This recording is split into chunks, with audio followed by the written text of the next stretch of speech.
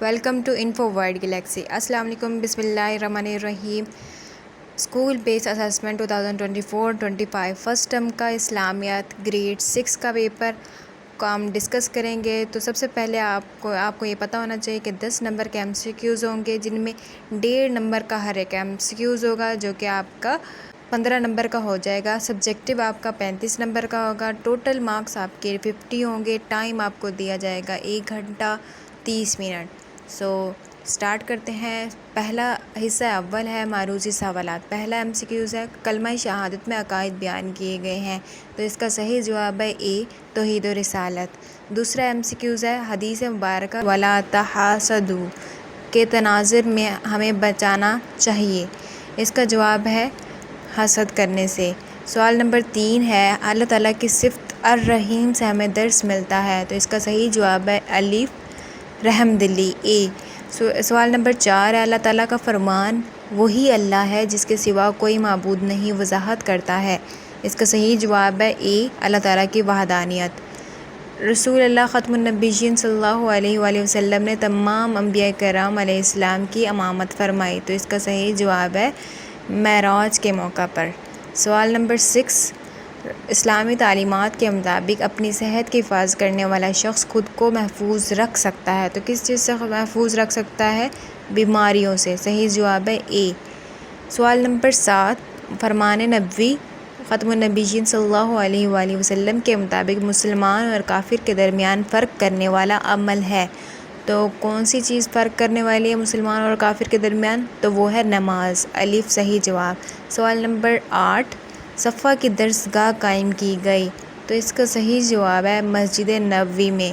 مسجد نبوی میں کے پیچھے ایک چبوترا قائم کیا گیا جس میں درس دیا جاتا تھا۔ سوال نمبر 9 مساکن مدینہ کی روح سے امن و امان قائم رکھنے کی ذمہ داری تھی، تو اس کا صحیح جواب ہے D تمام قبائل کی۔ سوال نمبر 10 نبی کریم صلی اللہ علیہ وآلہ وسلم نے غزوہ بدر کے قیدیوں کے ساتھ معاملہ کرنے کا حکم دیا، تو اس کا صحیح جواب ہے B حسن سلوک کا۔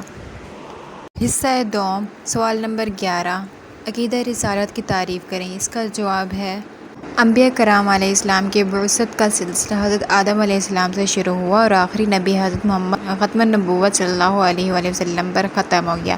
تمام نبیوں اور رسولوں کی نبوت اور رسالت پر ایمان لانا عقیدہ رسالت کہلاتا ہے، تو اس کا جواب یہ ہے۔ دوسرا سوال ثابت کرے کہ انبیاء کرام علیہ السلام ایک جیسی خصوصیات کے مالک ہوتے ہیں، یہ سوال 4 نمبر کا ہوگا، اس کا جواب ہے تمام انبیاء کرام علیہ السلام اللہ تعالیٰ کے نیک اور چنے ہوئے بندے تھے، وہ گناہوں سے پاک تھے۔ تمام رسولوں پر ایمان لانا اور ان کا احترام کرنا لازم ہے۔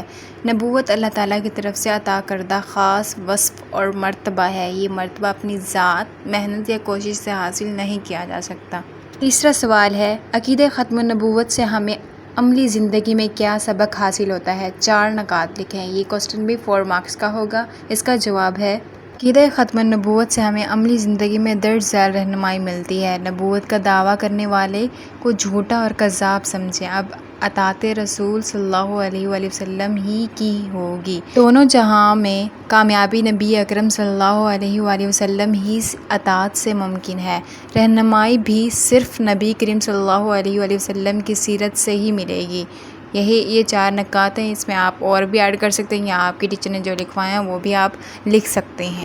کوسٹن نمبر 12 پہلا کوسٹن ہے فرض عبادت سے کیا مراد ہے؟ یہ کوسٹن آپ کو 2 نمبر کا دیا جا سکتا ہے، اس کا جواب ہے فرض عبادات وہ ہیں جو شریعت کی یقینی دلیل سے ثابت ہو، اس کا کرنا ضروری اور بلا کسی عذر کے اس کو چھوڑنے والا فاسق اور جہنمی اور اس کا انکار کرنے والا کافر ہے۔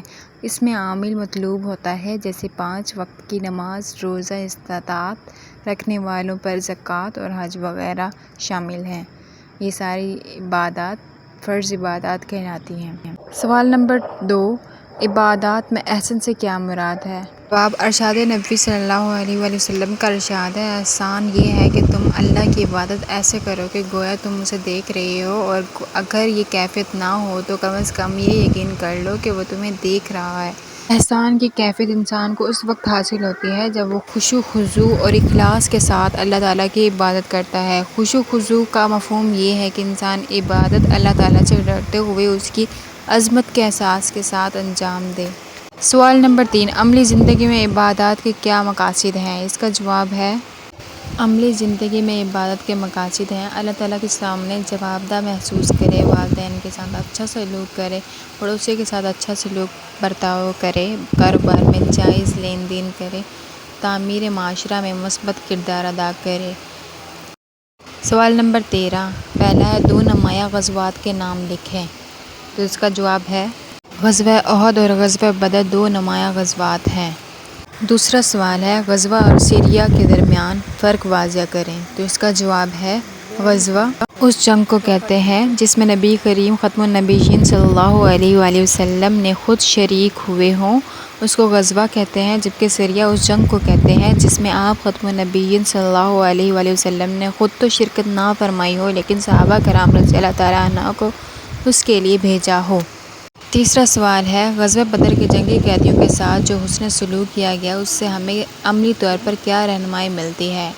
تو اس کا جواب ہے رسول اللہ ختم النبیین صلی اللہ علیہ وآلہ وصحبہ وسلم نے غزوہ بدر کے قیدیوں کے ساتھ حسن سلوک کرتے ہوئے یہ حکم دیا کہ جو ان میں سے فدیہ دے کر خود کو آزاد نہیں کر سکتے ہیں وہ مسلمان بچوں کو لکھنا پڑھنا سکھا دیں، یہی ان کا فدیہ ہے۔ اس سے ہمیں عملی زندگی میں حسن خلق کی ترغیب اور تعلیم کی اہمیت اور افادیت کے متعلق رہنمائی دی گئی ہے۔ قرآن مجید کی روح سے عقیدہ توحید کی وضاحت کریں، 2 آیات مبارکہ کا حوالہ دیں۔ جواب، عقیدہ توحید کے حوالے سے اللہ تعالیٰ کا ارشاد ہے، ترجمہ، اے نبی آپ فرما دیجئے وہ اللہ ایک ہیں۔ ایک اور جگہ ارشاد فرمایا، وہی اللہ ہے جس کے سوا کوئی معبود نہیں۔ تو یہ امپورٹنٹ گیس آپ نے دیکھ لے ہوں گے۔ اگر آپ کو یہ ویڈیو اچھی لگی ہے تو ویڈیو کو لائک کر دیں، اپنے دوستوں کو لازمی شیئر کیجیے گا اور چینل کو لازمی سبسکرائب کر دیں۔ Thank you so much.